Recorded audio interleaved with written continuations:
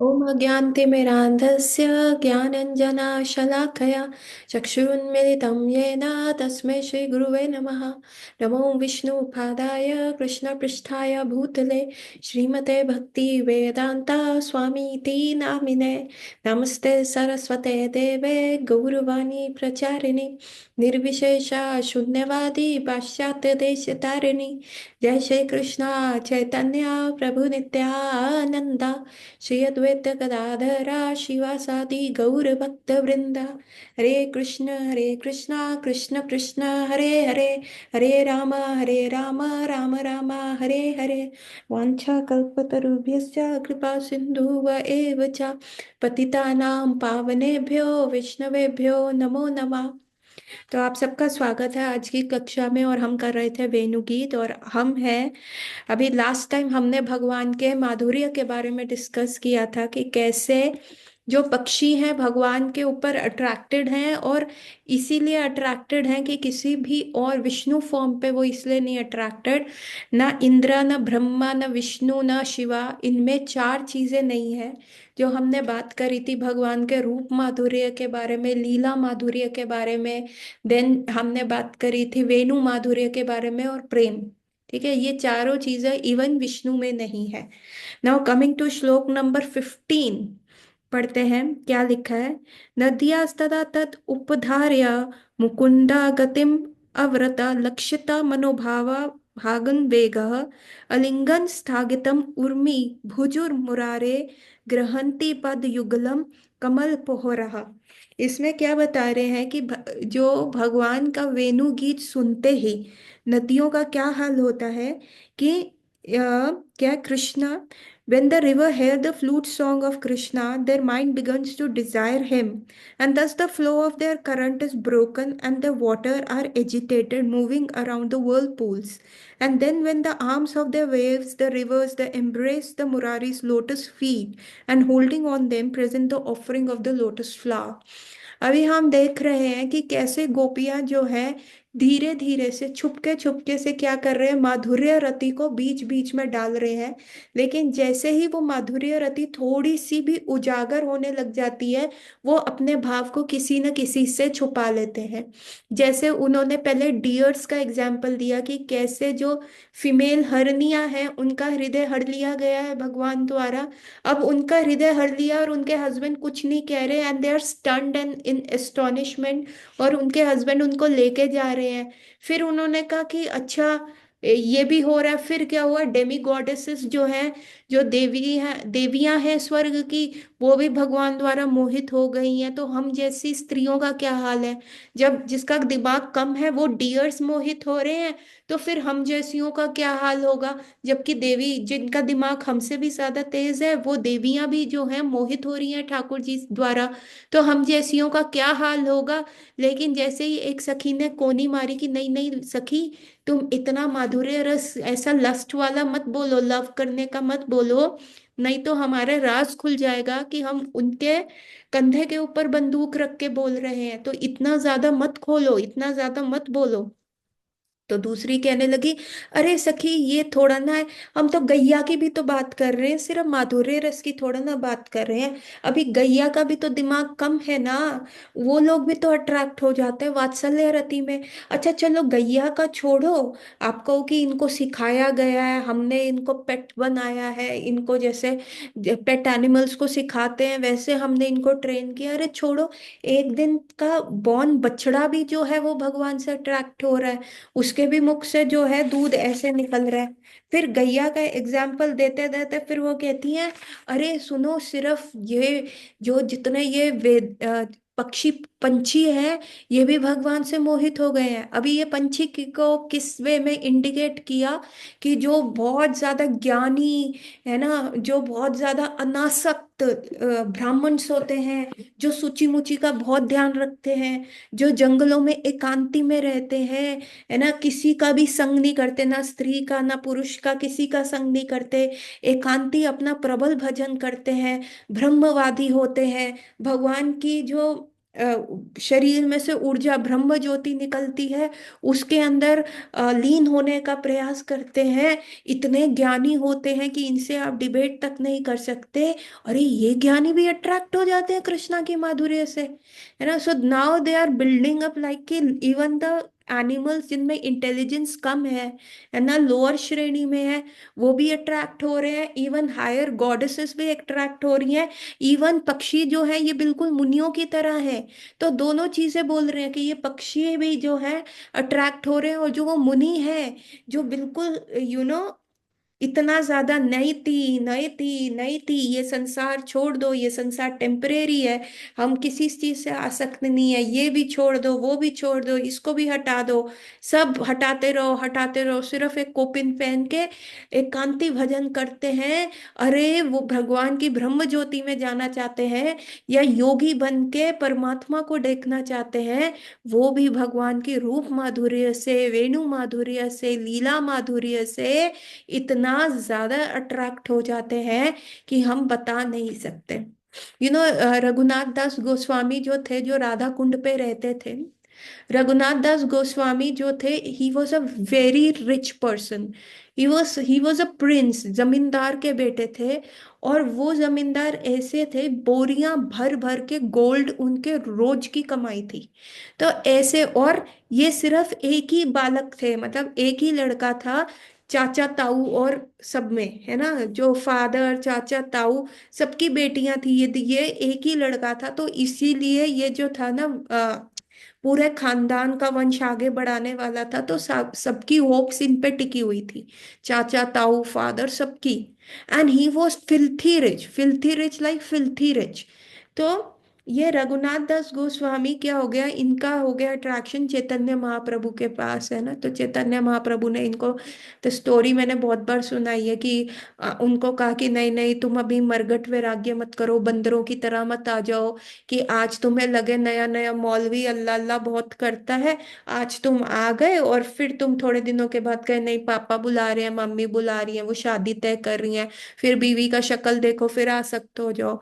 तो रघुनाथ दास गोस्वामी ने कहा कि मैं तो घर में रह नहीं पा रहा, मेरे को तो बहुत दिक्कत हो रहा है ना, मेरा घर में मन नहीं लग रहा, ना कंचन में ना कामिनी में, मतलब कंचन मनी गोल्ड में, ना कामिनी मतलब स्त्री में, है ना। तो इनके फादर्स एक्चुअली इनके अराउंड बॉडीगार्ड्स रखते थे कि कहीं हमारा बेटा जो है ना चला ना जाए। बहुत मुश्तंडे मुश्तंडे बॉडीगार्ड्स हमेशा 10-12 इनके साथ रहते थे। फिर इनको नित्यानंद प्रभु की मर्सी मिली, जब नित्यानंद प्रभु ये आए, और नित्यानंद प्रभु ने कहा अरे तुम तो चोर हो, तुमने चैतन्य महाप्रभु को मेरे बिना कैसे अप्रोच कर लिया। और जब इन्होंने नित्यानंद प्रभु को दंडवत प्रणाम किया, और पनिशमेंट में दही चिवड़ा फेस्टिवल हुआ, पूरा गांव का गांव क्या, सारी जगह इन्होंने दही चिवड़ा, फ्रूट्स और दही और खांड सब मिक्स करके इतना बड़ा फेस्टिवल हुआ कि कितने भी कोसों कोसों गांव के लोग वहां पे आ गए थे। सारे बैठ के खा रहे थे, कोई पेड़ पे चढ़ रहा था, कोई नदी में, नदी की लहरों में, गंगा जी में बैठ के खा रहा था, क्योंकि जगह ही नहीं थी। और सारी दुकानों के सब सब दही और चिवड़ा, और चिवड़ा क्या होता है, पोहा होता है, पोहा से, है ना, वो सब बिक गया था। इवन सारे फ्रूट्स वगैरह, इवन एक गांव के छोड़ो, दूसरे दूसरे तीसरे तीसरे गांव सारी दुकानें खाली हो गई थी, वो भी अपने शटर डाउन करके फेस्टिवल में आ गए थे। और तब नित्यानंद प्रभु ने रघुनाथ दास गोस्वामी का हाथ पकड़ के सारे वैष्णवों के पास गए और कहा कि कृपया करके इसको, पहले सेवा कराई सारे वैष्णवों को, उनको भोजन पवाया, उसके बाद सबके पास गए और कहा इसको आशीर्वाद दो प्लीज, इसके सर पे हाथ रखो कि इसे कृष्ण भक्ति मिले, इसे चैतन्य महाप्रभु का सामीप्य मिले। और फिर यही रघुनाथ दास गोस्वामी जो है अपने घर से भाग के, एक अपॉर्चुनिटी मिली, ये भाग के गए। एंड नाउ क्या होता था, शिवानंद सेन जो थे, वो क्या करते थे, वो he was a rich merchant. और वो क्या करते थे ना, जैसे आप भी देखेंगे कि कई यहाँ पे कोई मल्होत्रा ज्वेलर्स हैं या दिल्ली रोहिणी में, तो वो क्या करते हैं, बस लेके जाते हैं इस्कॉन के लिए, और 2 दिन के लिए मथुरा वृंदावन के। और सारे सारे पिलिग्रिमेजेस को वो क्या करते हैं, वो फंड करते हैं कि हमारी बस में जाइए, आपको फ्री में लेके जाएंगे। सो वैसे ही शिवानंद सेन वहां पे थे, जो चैतन्य महाप्रभु के बहुत उत्तम भक्त थे। वो क्या करते थे, जगन्नाथ नवद्वीप से जगन्नाथपुरी लेके जाते थे पिलग्रिमेज को, कि चलिए आप सबको लेके जाएंगे। उनके खाने पीने का इंतजाम, टोल टैक्स, फेरी से एक तरफ से दूसरी तरफ जाना, वो सब जो थे ना, वो रघुनाथ दास गोस्वामी किया करते थे। सॉरी, वो शिवानंद सेन किया करते थे। तो जब रघुनाथ दास गोस्वामी वहां से भागे, तो उनको पता चल गया कि अगर मैं सीधा सीधे रास्ते से जाऊंगा शिवानंद सेन वाले, तो मेरे जो पापा हैं वो कल बॉडीगार्ड्स भेज के मेरे को पकड़ लेंगे, मैं फिर आ जाऊंगा। वो विपरीत दिशा में गए, विपरीत दिशा में एक लंबा चक्कर भाग के, जो ये लोग 15 दिन में नवद्वीप से जगन्नाथपुरी पहुंच जाते थे, रघुनाथ दास को स्वामी को 2 महीने लग गए। इतना उन्होंने लंबा चक्कर करा है ना। एंड उनके फादर अगले दिन गए, शिवानंद सेन के ग्रुप को देखा, पूछा, "हाँ, मेरा रघुनाथ तो नहीं आया है ना"। तो ऐसे ऐसे करके बहुत वो पहुंचे। उसके बाद जब पता चला कि रघुनाथ दास गोस्वामी वहां पे है, तो उनके फादर ने कहा, ये लड़का, अब इसका शादी भी कर दिया, ये रुकने ही वाला नहीं है। तो क्या किया, वहीं पे घर प्रॉपर्टी खरीद दी, कि लड़का तो सुन नहीं रहा, क्या करें। नौकर चाकर रख दिए, है ना, रसोईया रख दिया, कुक रख दिया, और पैसे भेजने लगे कि चलो अब यहीं पे इसका, अब हम क्या कर सकते हैं, कितना लड़ सकते हैं। अभी रघुनाथ दास गोस्वामी हर थोड़े दिनों में चैतन्य महाप्रभु को घर में बुलाते हैं प्रसादम के लिए, कि आइए आप प्लीज मेरे घर आइए। और कुछ दिनों के बाद वही रघुनाथ दास गोस्वामी ने का प्रसादम का न्योता आना बंद हो गया। तो चैतन्य महाप्रभु ने अपने सेवक ईशान से कहा, अरे रघुनाथ का न्योता नहीं आ रहा। तो उन्होंने कहा, रघुनाथ दास गोस्वामी ने ना सबको वापस भेज दिया है। पैसा अपने पापा को मना कर दिया, सारे बॉडीगार्ड्स, रसोईया, घर वगैरह सब त्याग दिया। अभी वो जगन्नाथ टेम्पल के सामने बैठ के ना भिक्षा करते हैं, मधुकरी करते हैं, जो मिल जाता है वो ही खाते हैं। तो चैतन्य महाप्रभु ने कहा, बहुत अच्छी बात है, आई एम वेरी हैप्पी कि रघुनाथ ऑस्टेयर हो रहा है। चलिए, वेरी गुड। फिर जब चैतन्य महाप्रभु जगन्नाथपुरी के टेम्पल जाते थे, रघुनाथ को देख के प्रसन्न होते थे। उसके उपरांत क्या हुआ, कुछ दिनों के बाद रघुनाथ वहां पे भी नहीं दिख रहे थे। तो चैतन्य महाप्रभु ने उनसे कहा, अरे रघुनाथ तो दिख नहीं रहा, ईशान क्या हो गया, किधर चला गया ये, है ना। तो उन्होंने बताया, अरे महाप्रभु, अब ये सिंह द्वार पे नहीं खड़े होते, सिंह द्वार पे, ये पीछे वाले द्वार पे, जहाँ से कुछ लोगों का एंट्री होता है, रघुनाथ दास गोस्वामी वहां पे होते हैं। तो उन्होंने कहा, ऐसा क्यों करा। तो ईशान कहते हैं, एक्चुअली उनसे मैंने बात किया तो उन्होंने बताया कि अभी क्या होता था कि कोई भी वहां पे, अभी जगन्नाथपुरी है तो mostly like people every day go to temple. अभी इस्कॉन वाले क्या करते हैं, रोज मंदिर मंगला में जाते हैं, सेम ही क्राउड होता है ना। मंगला आरती जैसे में तो बाहर के लोग बहुत ही कम होते हैं, जो मंदिर से बहुत अटैच है, विग्रह से बहुत अटैच है, सेम ही क्राउड होता है। तो सिंह द्वार से बहुत सारे कॉमन लोग ही निकलते थे। तो रघुनाथ दास गोस्वामी को लगता था कि जो उनको एक दिन भिक्षा देता था, अगले दिन भी वो उससे आस लगा लेते थे, अरे ये अभी कल इन साहूकार ने मेरे को इतनी भिक्षा दी, आज के दिन भी क्या ये देंगे। तो फिर उनको ना बड़ा खिन्न भाव हुआ अपने ऊपर, कि हाय, मैं क्यों इनसे भिक्षा मांगता हूँ, है ना। It looks like a prostitute, कि मैं बाहर खड़ा हूँ, कि कल इस व्यक्ति ने मेरे को एंजॉय किया, तो आज भी ये आएगा और मेरा जो है, यू नो, जो आमदनी होएगी इससे। तो मेरे अंदर वो प्रोस्टिट्यूशन वाला फीलिंग आ रहा था। मेरे को वो नहीं चाहिए, मेरे को भगवान में भजन लगाना है। पर मेरा माइंड कह रहा है, अरे ये आज साहूकार हमें देंगे, आज क्या ये जमींदार हमें पैसा देंगे। जैसे प्रोस्टिट्यूट अपने घर के बाहर खड़े होके देखती रहती है, अरे आज ये साहूकार क्या मेरे घर आएगा, मेरे को इंजॉय करेगा, ये मैं पैसे दे पाऊंगा। तो मुझे वो चीज नहीं करना ना, ऐसा नहीं बनना। हमारे को तो भगवान में भजन लगाना, किसी से आस नहीं रखनी। तो चैतन्य महाप्रभु ने कहा, उत्तम उत्तम, ये भी उत्तम है। फिर वो पीछे के द्वार से देखा तो रघुनाथ दास गोस्वामी वहां पे थे। तो फिर उसके उपरांत क्या हुआ, वो पीछे के द्वार से भी नहीं दिख रहे थे। तो जब चैतन्य महाप्रभु ने फिर ईशान से पूछा, कहाँ है रघुनाथ, हम्म, किधर है। तो ईशान ने बताया, महाप्रभु अब तो वो पीछे के द्वार पे भी नहीं है, अब तो वो जगन्नाथपुरी का प्रसाद जो इवन पशु पक्षी गाय कुत्ता वो भी छोड़ देते हैं, वो वहां डस्टबिन से ये जानवर भी छोड़ देते हैं, वो प्रसाद लेके धो के खाते हैं। सो ऐसा कहा जाता है जगन्नाथपुरी का प्रसाद ऐसा है कि जैसे वैकुंठ का किचन में बन रहा है। और उसको अगर, मतलब मैंने ऐसा सुना है कि वहां पे अगर आपका कोई पांडा भी आपका आपके हाथ में प्रसाद है, सपोज करो चावल और कढ़ी का, और कोई भी पांडा मतलब पंडित वहां आके ऐसे करके भी आपका हाथ पकड़ के चाट जाता है, तो आपको वो नहीं करना, हाय हाय नहीं करना। और फिर वो आप प्रसाद पा भी सकते हो, चाहे उसको धो के पाओ या कैसे हो। या जगन्नाथ जी का प्रसाद अगर नीचे भी गिर जाता है तो उसको उठा के धो के भी खा सकते हैं, मतलब अगर कुत्ते के मुंह से ऐसा, मतलब मैंने सुना है कि that prasadam is like, it's very power potent, and it is the prasadam straight from Vaikuntha, and it is actually called Mahaprasad because first Jagannath ji have that prasad, उसके बाद जो उनके बाद एक बाहर पार्वती जी का एक्सपेंशन है, बिमला माता का। हाँ, बिमला माता का। इवन हमारे जो सनातन गोस्वामी, सॉरी, हमारे जो शिला प्रभुपाद के गुरु महाराज हैं, परम पूज्य भक्ति सिद्धांत सरस्वती ठाकुर महाशय, उनका एक्चुअल नेम जो भक्ति विनोद ठाकुर ने उनका नाम लिखा था, उनका नाम बिमला प्रसाद ही रखा था, कि he was born out of the benediction from Bimla Devi. और और why it is called Jagannathpuri का प्रसाद महाप्रसाद, because first Jagannath have that prasad, फिर वो सारा प्रसाद जो है बिमला देवी को मिलता है। उसके पीछे भी एक बहुत बड़ी स्टोरी है, वो फिर कभी सुनाऊंगी। वो बिमला देवी को मिलता है and then that prasad is distributed. So therefore it is called Mahaprasad, है ना। कि एक आपने भगवान ने खाया, फिर भक्त ने खाया, और फिर वो हमें मिल रहा है। सो व्हाट हैपेंड, रघुनाथ दास गोस्वामी जो वो प्रसाद जो था वो बिल्कुल लोग हटा देते थे, वो खा रहे हैं। फिर चैतन्य महाप्रभु का हृदय फट गया, उन्होंने कहा ओ वाह, कितने औस्तेर हैं रघुनाथ, ही इज द एक्चुअल रेसिपिएंट। इतने हम्बल हैं, इतने औस्टियर हो गए हैं, इतनी तपस्या कर रहे हैं, है ना। He is the actual recipient of Krishna प्रेम।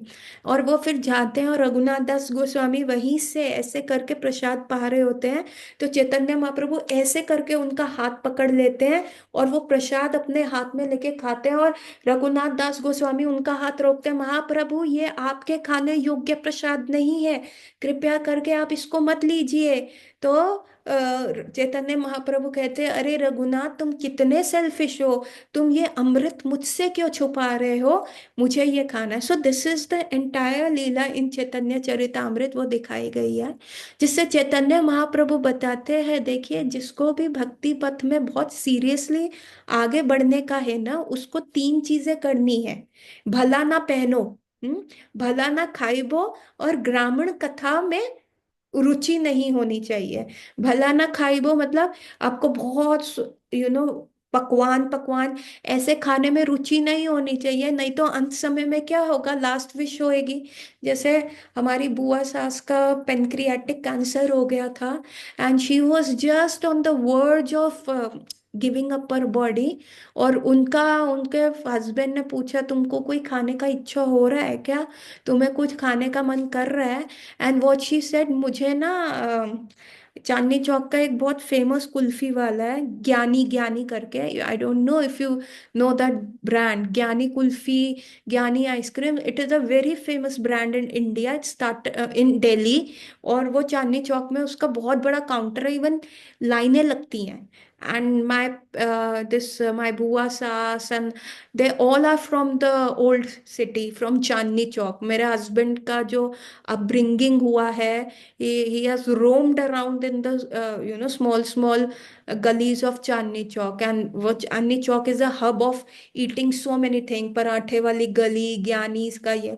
सो मेरी बुआ सास who was living in Jalandhar at that time, उनका शादी जलंधर हुआ था and she was with her husband Jalandhar and two sons. तो उनके हस्बैंड ने पूछा, it was not like she was living the body but of course she was deteriorating. तो उनके हस्बैंड ने कहा कि तू कुछ खा नहीं रही, मैं तेरे लिए क्या ले आऊं? एंड शी सेड, मुझे ना ज्ञानी की आइसक्रीम ला दो। And that was the last conversation she had with her husband. And in very next morning, she ate one spoon and she slept the entire night. And the very next morning, she gave away her body. She gave away her body.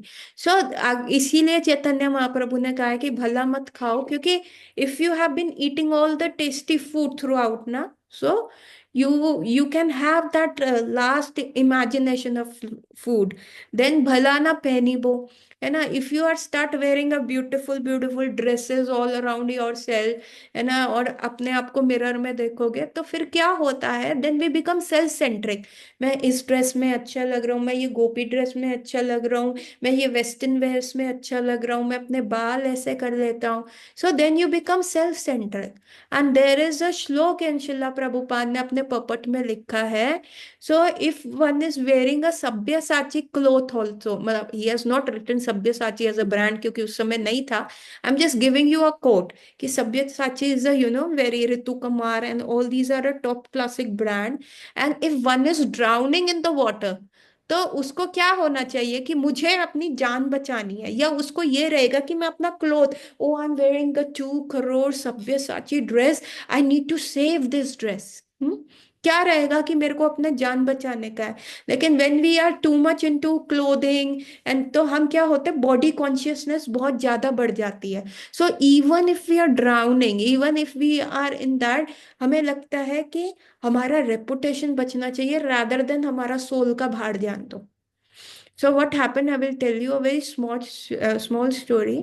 During the time of the independence, what happened? All the small kingdoms, थे, India was ruled by the small kings, na. In pre-independent time under the Nizams थे, कुछ Rajputana Kings थे, कुछ ऐसा था। But when the country became independent, outfit से, obsession से छुटकारा कैसे मिलेगा? सुन के मिलेगा। मोर यू कीप हेयरिंग, उसी से होएगा, है ना? More you keep listening to Krishna katha, it will clean your heart. Then you will realize you have no taste for, when higher tastes are cultivated, the small taste goes away. Hmm. So what I was telling you, so when in the pre-independent time, what happened? There were small nizams and small royal kingdoms, Rajputana kingdoms, the Chhatrapati kingdoms, ऐसा royalty चलता था ना। And then there was this, but ये किन्होंने, Sardar Vallabhbhai Patel, he worked over it, और the time of the independence royalty को abolish कर दिया गया, है ना, पैलेसेस और उन चीज़ों को अबॉलिश कर दिया गया। तो जितने भी किंगडम्स, निज़ाम्स वगैरह थे, he just created it. It is, do you know, it is Sardar Vallabh Bhai Patel जिनके एफर्ट से we have this Indian map today, we have this Kashmir today, we have this whole map today, because he went to every princely state and उन्होंने कहा आप India के साथ जुड़ जाए, पाकिस्तान के साथ मत जुड़िए। एंड मतलब he created the pressure, he applied the Chanakya नीति to his fullest, है ना? He was supposed to be the prime minister. Yes, he was the one who created the United India. He was supposed to be the prime minister of the country, but it was because of the Gandhi, because he respected Gandhi so much, that since Gandhi said, and the Nehru was creating a little tantrum, so you know what he did? It was under the pressure of Gandhi. He has to give away, but then still he united the whole country, है ना? And he was the one who had साम दाम दंड भेद, even that, है ना? Even जब उन्होंने, पाकिस्तान वालों ने इंडियंस हिंदूज को मार के भेजा था, तो he was also making sure कि they get this. So that kind of a politics now we see, today we see, we had a Pahalgam in incident, then हमारा वहां पे ऑपरेशन सिंदूर स्ट्राइक हो गया. So now the country is under the political system. If you slap us we are not going to offer another cheek. We are going to give away. So don't test our peace and patience. So probably अभी भी कल जो red fort metro station पे भी blast हुआ है near parking of that. तो it the Modi speech is coming up and Amit Shah they are all coming up with the speech that we will just counter.